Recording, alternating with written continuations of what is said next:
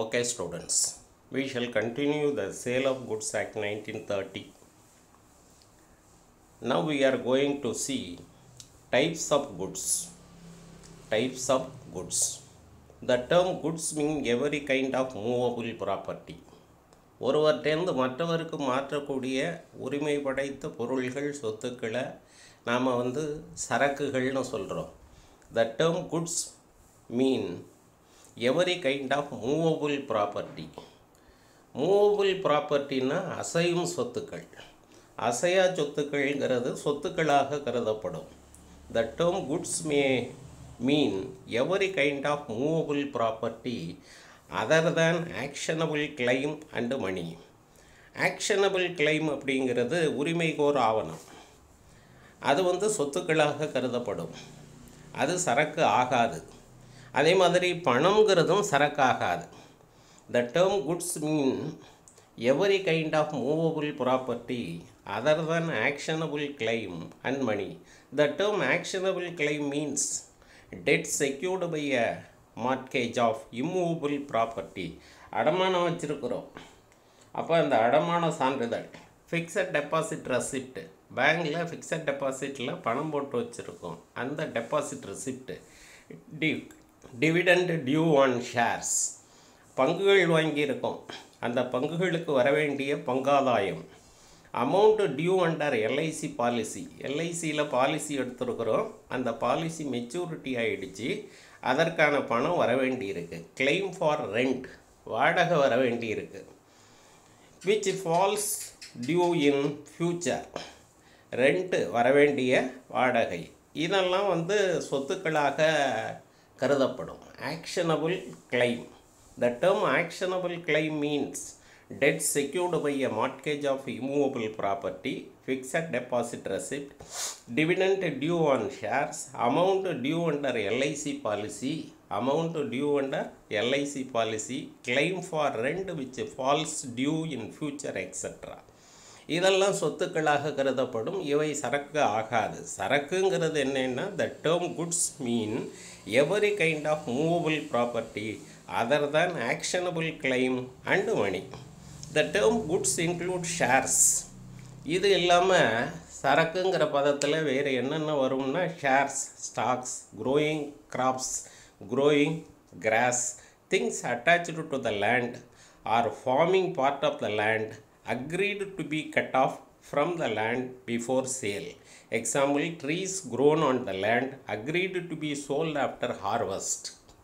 Goodwill, copyright, trademark, patents, water, gas, electricity, power, etc. under the contract of sale. இதெல்லாம் இந்த விற்பனை ஒப்பந்தத்தில் சரக்காக கருதப்படுகிறது. இதெல்லாம் சரக்காக கருதப்படுகிறதுனா, the term goods include shares, பங்குகள், பங்கு தொகுப்புகள், நிலத்தில் விளையக்கூடிய பயிர், விளைவிக்கக்கூடிய பயிர், அதே மாதிரி நிலத்தில் வளர்ந்துருக்கிற புல், நிலத்தில் வளர்க்கின்ற மரங்கள், அது மட்டும் இல்லாமல் goodwill, copyright, trademark, patents, copyrights, அதே மாதிரி வாட்டர், கேஸ், எலக்ட்ரிசிட்டி, பவர், இதெல்லாம் சரக்குகளாக கருதப்படும். இந்த குட்ஸை 3 வகையாக பிரிக்கலாம். Goods can be classified into existing goods, future goods, contingent goods. குட்ஸை 3 வகையாக பிரிக்கலாம். Existing goods, future goods, contingent goods. இந்த எக்ஸிஸ்டிங் குட்ஸுங்கிறது further classified into specific goods, ascertained goods, unascertained goods. இதில் முதல்ல எக்ஸிஸ்டிங் குட்ஸ், இருக்கின்ற சரக்கு.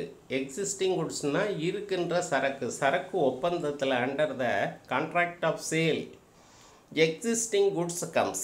Existing goods are those owned or possessed by the seller at the time of contract of sale. அதாவது விற்கிறவர் சரக்கை விற்பனை செய்வதற்கான ஒப்பந்தத்தை போடும்போது அவர்கிட்ட இருக்கிற சரக்கு, அந்த சரக்கை காட்டினா அவர் விற்க போகிறார், அவர்கிட்ட இருக்கக்கூடிய சரக்கை எக்ஸிஸ்டிங் குட்ஸ்னு சொல்கிறோம். Existing goods are those owned or possessed by the seller at the time of contract of sale. Good possessed even refer to sale by agents or pledgers. அடுத்து ஸ்பெசிஃபிக் குட்ஸ். அடுத்து ஸ்பெசிஃபிக் குட்ஸ். ஸ்பெசிஃபிக் குட்ஸ்னால் ஒப்பிய சரக்கு. வாங்குறவர் ஒப்புக்கொண்ட சரக்கு தான் ஒப்பிய சரக்கு. Specific குட்ஸ்னால் ஒப்பிய சரக்கு.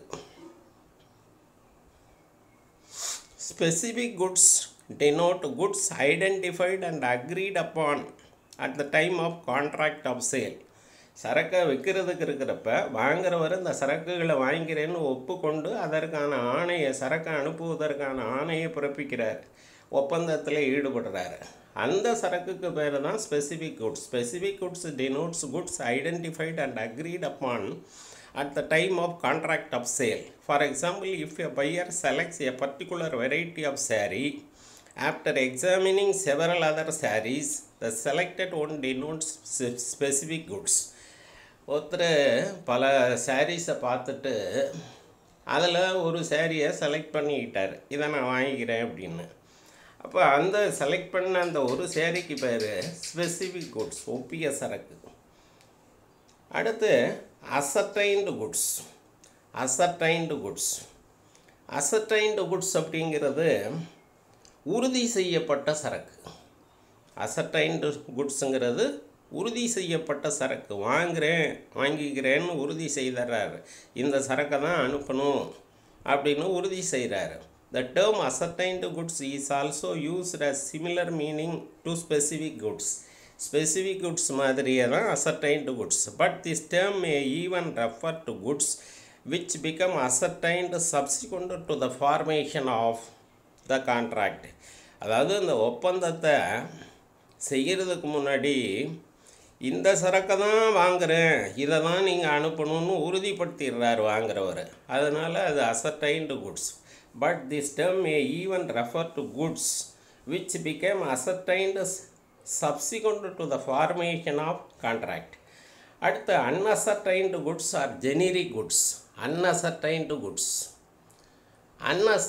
goods or generic goodsனா உறுதி செய்யப்படாத சரக்கு. These are goods which are not identified and agreed upon at the time of contract of sale. அதாவது ஒப்பந்தத்தை போடுறதுக்கு முன்னாடி அந்த சரக்கை இன்னும் உறுதிப்படுத்தலை. For example, A wants to buy a car from a showroom where different models at different prices have been displayed. ஒரு ஷோரூமில் போய் பார்க்குறாரு, நிறைய வகையான கார்கள் இருக்குது. மாருதி கார் இருக்குது, ஹுண்டாய் கார் இருக்குது, ஹோண்டா கார் இருக்குது, டாட்டா கார் இருக்குது. இந்த காரில் நாம் எந்த காரை வாங்குகிறோம் அப்படிங்கிறத இன்னும் உறுதி செய்யலை. All these displayed models represents unascertained goods. உறுதி செய்யப்படாத சரக்கு அப்படின்னு சொல்கிறோம். இப்போ ஸ்பெசிஃபிக் குட்ஸுக்கு அடுத்தபடியாக நம்ம சொல்கிறது ஃப்யூச்சர் குட்ஸ். ஃப்யூச்சர் குட்ஸ் அப்படிங்கிறது எதிர்கால சரக்கு. ஃப்யூச்சர் குட்ஸுங்கிறது எதிர்கால சரக்கு.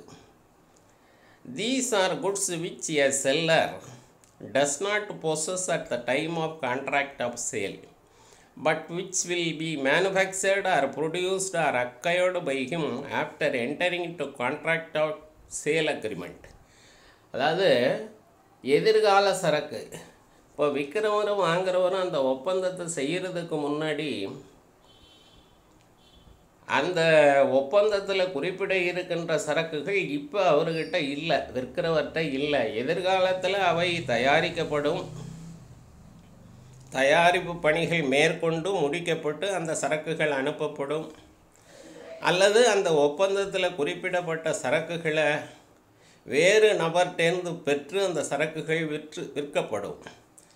எதிர்காலத்தில் சரக்காக கருதுறது தான் எதிர்கால சரக்கு அப்படின்னு சொல்கிறோம். These are goods which a seller does not possess at the time of contract of sale, but which will be manufactured or produced or acquired by him after entering into contract of sale agreement. இதுக்கு ஒரு example கொடுக்குறாங்க பாருங்கள்.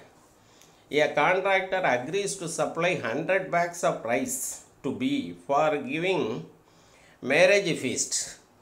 அதாவது ஒரு திருமண விருந்திற்கு 100 மூட்டை அரிசி சப்ளை பண்ணுறேங்கிறாரு.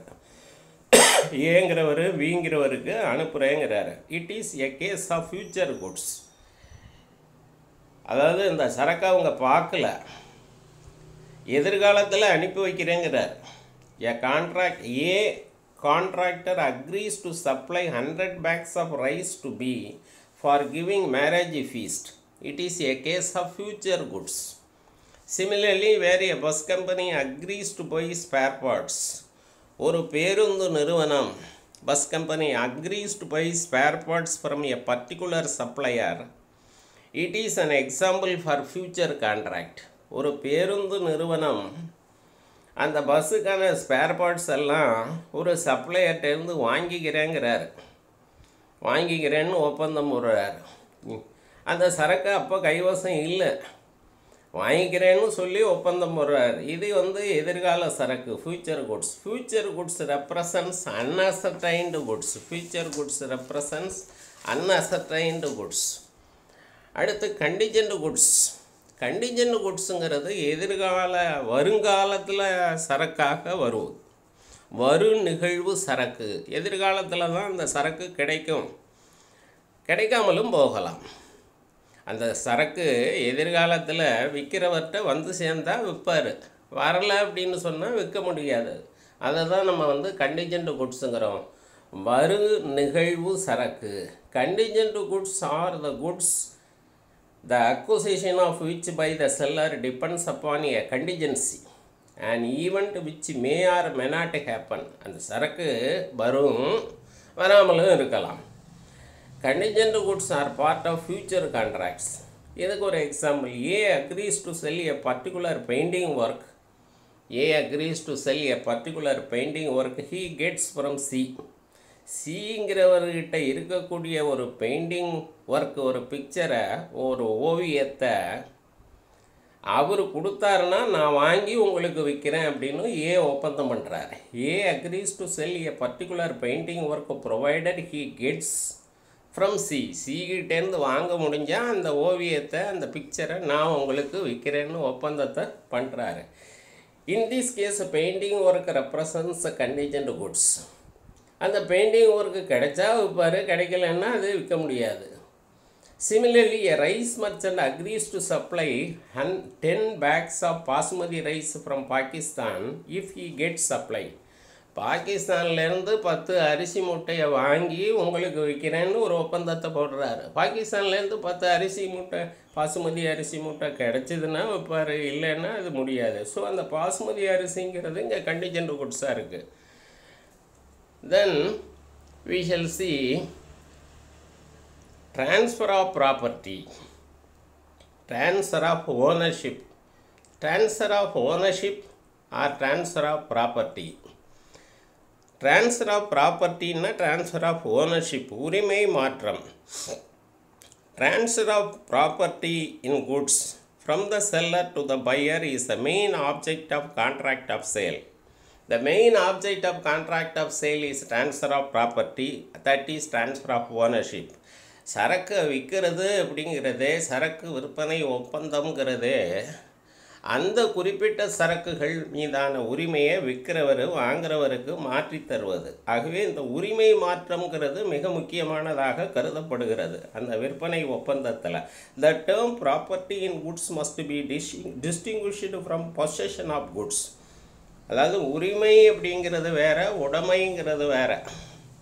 பொசஷன் ஆஃப் குட்ஸுங்கிறாங்க, உடைமை இருக்கிறதுனால அவர்கிட்ட உரிமை இருக்கும் அப்படின்னு சொல்ல முடியாது.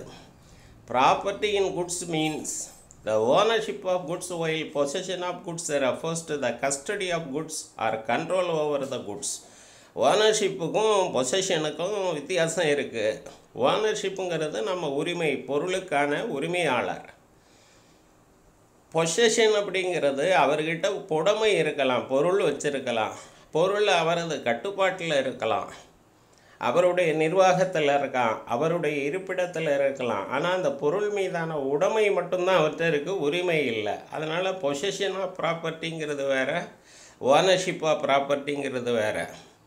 கான்ட்ராக்ட் ஆஃப் சேலில் ownership of property must be transferred, that is the main object of contract of sale. இதுக்கு ஒரு example. A possess a watch. ஏகிட்ட ஒரு வாட்ச் இருக்குது. A possess a watch. Just because A possess the watch he cannot be the owner. வாட்சை வச்சிருக்கிறதுனால அவர் உரிமையாளராக இருப்பார், அந்த வாட்சுக்கு உரிமையாளராக இருப்பார்னு சொல்ல முடியாது. He might have borrowed the watch from his friend. நண்பர்கிட்டேருந்து அவர் இரவல் வாங்கி கட்டியிருக்கலாம். Or stolen the watch from somebody or found it on the highways.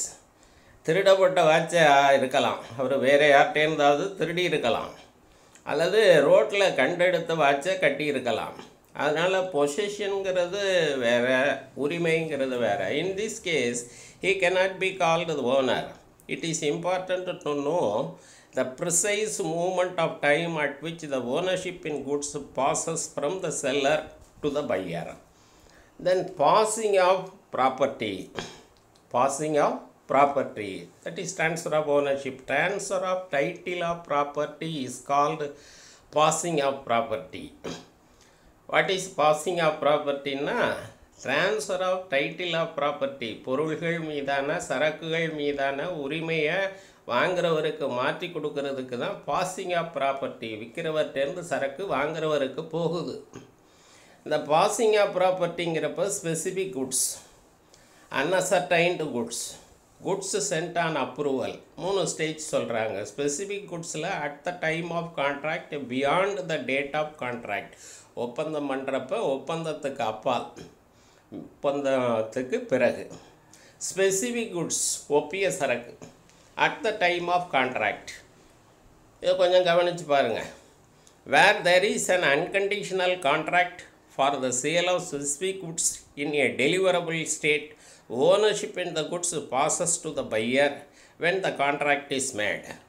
அதாவது ரெடியாக இருக்க சரக்குகளை ரெடியாக வச்சுருக்கிறாரு விற்கிறவர். வாங்குறவர் பார்க்குறாரு, ஒப்பந்தம் நான் வாங்கிக்கிறேன்னு ஒப்பிக்கிறார், ஒப்புதல் தெரிவிக்கிறாரு. அந்த சரக்குகள் மீதான உரிமை ஒப்பந்தம் போட்டோன்னா மாற்றப்படுகிறது. The time of payment of price, or time of delivery of goods is immaterial in the matter of transferring the ownership of the goods. அதாவது பணத்தை பிறகு தருகிறேன்னு கூட சொல்லியிருக்கலாம், உடனடியாக கொடுத்துருக்கலாம், அல்லது இந்த சரக்குகளை அடுத்த நாள் அனுப்பி வைங்கன்னு சொல்லலாம், அடுத்த நாள் வந்து எடுத்துக்கிறேன்னு சொல்லலாம். அது இம்மெட்டீரியல்.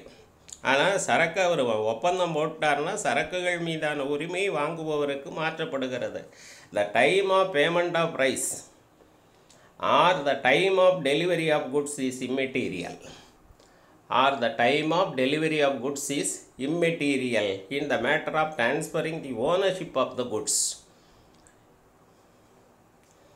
இதுக்கு ஒரு example. B selects certain books in a bookshop. The price is settled. B arranges to take delivery of books next day through his servant and agreed to pay for the goods on 1st of next month. Bங்கிறவர் ஒரு புத்தக விற்பனை நிலையத்தில் போய் நிறைய புத்தகங்களை பார்த்து வாங்குறாரு. விற்பனை செய்யப்பட்டது புத்தகங்கள் இவர் வாங்கிட்டார். அதற்கான பணத்தை அடுத்த மாதம் 1ஆம் தேதி தர்றேங்கிறாரு. அது விற்பனை ஒப்பந்தத்தில் குறிப்பிடப்படுகிறது. விற்பனை முடிக்கப்படுகிறது. அந்த புத்தகங்கள் மீதான உரிமை அவருக்கு உடனடியாக மாற்றப்படுகிறது. பி விற்ற பிறகு, பி வாங்கின பிறகு என்ன சொல்கிறாருன்னா, மறுநாள் இந்த சரக்குகளையெல்லாம், அந்த புத்தகங்களையெல்லாம் நான் என்னுடைய நபர் ஒருத்தரை அனுப்பி எல்லா புத்தகத்தையும் எடுத்துக்கிறேன் அப்படிங்கிறார். The book were destroyed by fire in the same evening. என்னைக்கு அவர் வாங்கினாரோ அன்னைக்கு ஈவினிங்லேயே ஃபயர் ஆகிடுச்சு, புத்தகம்லாம் எரிஞ்சு போச்சு. இவர் பணம் கொடுக்கலை, புத்தகத்தை நாளைக்கு எடுத்துக்கிறேன்னு சொல்கிறாரு. வாங்கிட்டு போயிட்டார். புத்தகம் இங்கேயே இருக்குது, விற்றவர்கிட்டே இருக்குது. அன்றைக்கி ஈவினிங்லேயே சடன்லி எ ஃபயர் ப்ரோக்ஸ் அவுட். எல்லா புத்தகமும் எரிஞ்சு போயிடுது. அப்போ யாருக்கு நஷ்டம் அப்படின்னு பார்த்தா வாங்கினவருக்கு தான் நஷ்டம், பிக்கு தான் நஷ்டம். B has bear the loss to pay for the book selected since the ownership has already passed on to B. ஏற்கனவே அந்த விற்பனை ஒப்பந்தத்தை செய்ததுனால அடுத்த மாதம் 1ஆம் தேதி இந்த பணத்தை நான் செலுத்துகிறேன்னு சொல்லிவிட்டு உரிமை மாற்றப்படுவதனால பி தான் இந்த நட்டத்தை ஏற்றுக்கொள்ள வேண்டும். சரக்குகளை விற்றவர் கடையில் இருந்தால் கூட அந்த சரக்குகள் சேதமடையும் போது அதனால் ஏற்படக்கூடிய நட்டம் வாங்கியவருக்கு இழப்பாக கருதப்படும். அடுத்து ஒரு எக்ஸாம்பிள் பாருங்கள். ஒப்பந்த நாளுக்கு அப்பால் beyond the date of contract goods not in a deliverable condition. அதாவது ஒப்பந்தத்தில் குறிப்பிடப்பட்ட சரக்குகள் not in a deliverable condition, அதாவது அனுப்புவதற்கு இயலாத ஒன்றாக இருக்குது. ஏன்னா சில பணிகளை செய்தால் தான் அந்த சரக்குகளை அனுப்பி வைக்க முடியும். Where there is a contract of sale of specific goods not in a deliverable condition, அனுப்ப முடியாத நிலையில் இருக்குது. அதில் ஏன் அப்படின்னு கேட்டால் the seller has to do some certain activities to bring the goods in to deliverable condition like painting, quality checking, weighing, இதெல்லாம் செய்ய வேண்டியிருக்கு. கோதுமையை எடை போட்டு பார்க்க வேண்டியிருக்கு. எத்தனை கிலோ இருக்குது, அவர் கேட்ட கிலோவை எடை போட்டு தான் அனுப்பணும். குவாலிட்டியை செக் பண்ணி தான் அனுப்ப முடியும். பெயிண்ட் பண்ணணும், அந்த ப்ராடக்ட்ஸுக்கெல்லாம் பெயிண்ட்ஸ் செய்யணும், அதாவது வர்ணம் பூச்சி பணியை செய்யணும். இதையெல்லாம் முடித்த பிறகு தான் அந்த சரக்குகளை நம்ம அவருக்கு ஏற்றி அனுப்ப முடியும். அதுதான் சொல்கிறாங்க beyond the date of contract goods not in a deliverable condition. இப்போ அனுப்ப முடியாது, இந்த பணிகளை முடித்த பிறகு தான் அனுப்ப முடியும். Then the ownership does not pass till such activities bring them into deliverable conditions are completed. ஒப்பந்தம் பண்ணியிருந்தால் கூட உரிமை மாற்றம்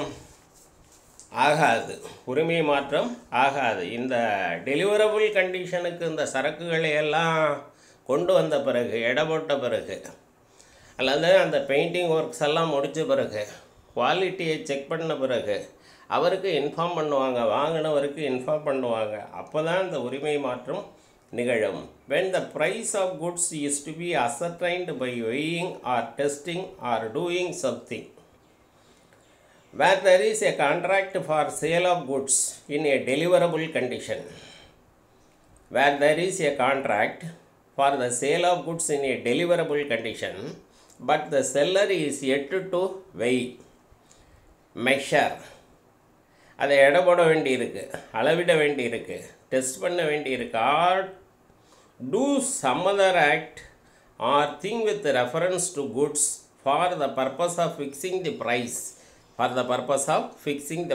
then the ownership in the goods passes to the buyer only after such activities are carried out and completed and the buyer has a knowledge of it. இதையெல்லாம் செய்து முடிச்சுட்டேன்னு அவருக்கு தகவல் கொடுத்தா தான் இந்த உரிமை மாற்றம் நிகழும்.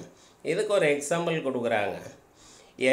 ஏ sold some quantity of wheat to B. ஏங்கிறவர் பிங்கிறவருக்கு கோதுமை விற்கிறாரு.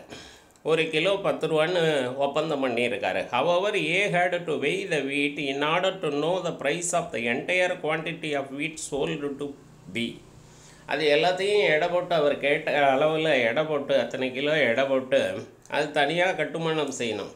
இன் this case the ownership of the wheat sell transfer to B, ownership of goods transferred to B. As soon as A weighs the wheat, B comes to know about the completion of weighing activity. அவர் கேட்டபடி அத்தனை kilo எடை போட்டாச்சு, கட்டியாச்சு அப்படின்னு தகவலை தெரிவிச்சிட்டா அந்த சரக்குகள் மீதான உரிமை பிக்கு மாற்றப்படுகிறது. அன்அசர்டைன்டு குட்ஸ், உறுதி செய்யப்படாத சரக்குகள். Unascertained goods are those goods which are not specifically identified at the time of contract. இதுதான் உறுதி செய்யப்படாத சரக்கு. ஒப்பந்தம் செய்கிறப்ப, விற்பனை ஒப்பந்தத்தை செய்கிறப்ப அந்த சரக்குகள் இதுதான் அப்படின்னு உறுதி செய்யப்படலை. The ownership in the case of unascertained goods is transferred to the buyer subject to the fulfillment of the following conditions. When the goods are ascertained,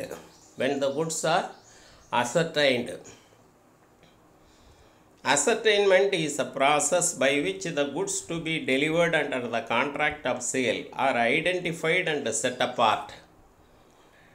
It is unilateral act of the seller alone to identify and isolate the goods அதாவது அந்த உறுதி செய்யப்படாத சரக்குகள் அப்படிங்கிறது உறுதி செய்யப்பட்ட பிறகு விற்கிறவர் இந்த சரக்குகளை அவர் கேட்ட மாதிரி இந்த சரக்குகளை அனுப்புவதற்கு ரெடியாக அந்த சரக்குகளை தேவையான அளவில் உள்ள சரக்குகளை கட்டுமானம் செய்து வச்சிட்டாருன்னா அந்த சரக்குகள் மீதான உரிமை அவருக்கு மாற்றப்படுகிறது. இதில் வாங்குறவரோட பங்கு எதுவும் கிடையாது.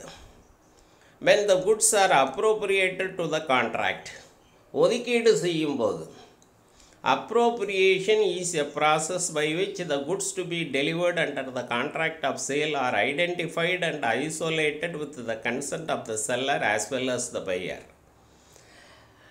Appropriation is a process. Appropriation அந்த சரக்கை எடுத்து வைக்கிறாரு, ஒதுக்கீடு செய்கிறாரு.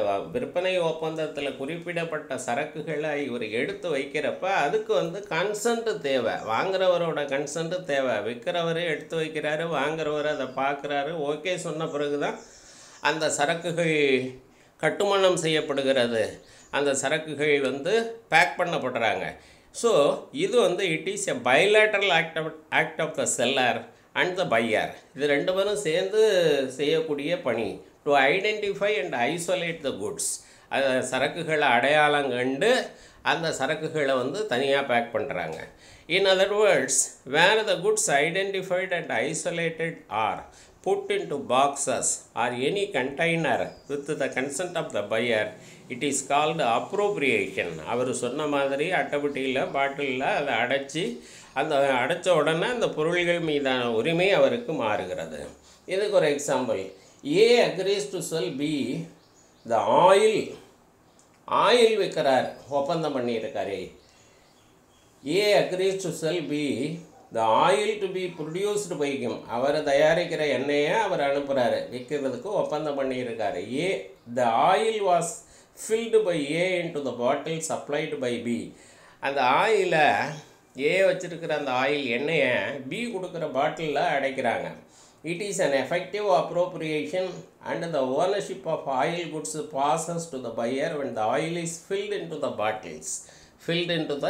bottles. In this case, the buyer gave his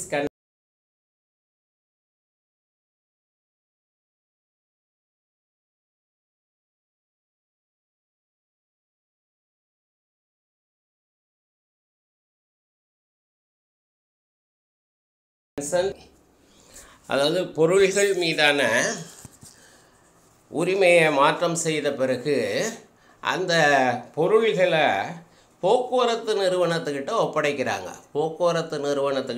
ஒப்படைக்கிறாங்க.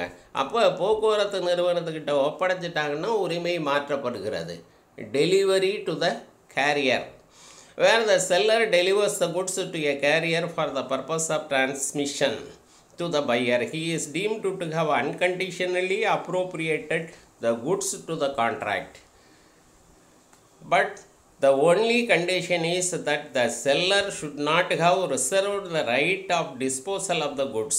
அதாவது பொருள்களை அந்த போக்குவரத்து நிறுவனத்துக்கிட்ட ஒப்படைக்கிறப்ப இவர் தன்னோட உரிமையை வச்சிக்க கூடாது, தன் உரிமை மாற்றம்ங்கிறத ரிசர்வ் பண்ணக்கூடாது, இவர் தானே அதை ரீட்டைன் பண்ண முடியாது. But the only condition is that the seller should not have reserved the right of disposal of goods. அதாவது என்னை கேட்காம பொருள்களை நீங்கள் இந்த லாரி நிறுவனம் வாங்கினவருக்கு தரக்கூடாதுங்கிற ஒரு கண்டிஷனை போடக்கூடாது. Where the railway receipt or the bill of lading is made out in the name of buyer. சரக்கை விற்ற பிறகு லாரி நிறுவனத்தில், போக்குவரத்து நிறுவனத்தில், ரயில் நிறுவனத்தில் இந்த சரக்குகளை வாங்கினவரோட பேரில் இவர் எடுத்துடுறாரு. அந்த ரயில்வே ரெசிப்ட் அல்லது கப்பல் மூலமாக அனுப்புகிறதா இருந்தால் bill of lading is made out in the name of buyer. The presumption is that the seller has not reserved the right of disposal of the goods. அப்போ அவர் பேரில் எடுத்துட்டாருன்னா அவர் அந்த பொருள்களுக்கான உரிமையாளர், அவர் தான் பொருள்களை அவருக்கு வழங்கலாம்ங்கிறது தான் அதனுடைய கருத்து. The property in such goods passes to the buyer immediately on delivering them to the carrier. எப்போ அந்த கேரியரில் பப்ளிக் டிரான்ஸ்போர்ட்ஸ் நிறுவனத்துக்கிட்ட ஒப்படைக்கிறாரோ, போக்குவரத்து நிறுவனத்துக்கிட்ட ஒப்படைக்கிறாரோ, அப்போவே பொருள் மீதான உரிமை வாங்குபவருக்கு மாற்றப்படுகிறது. Thank you students.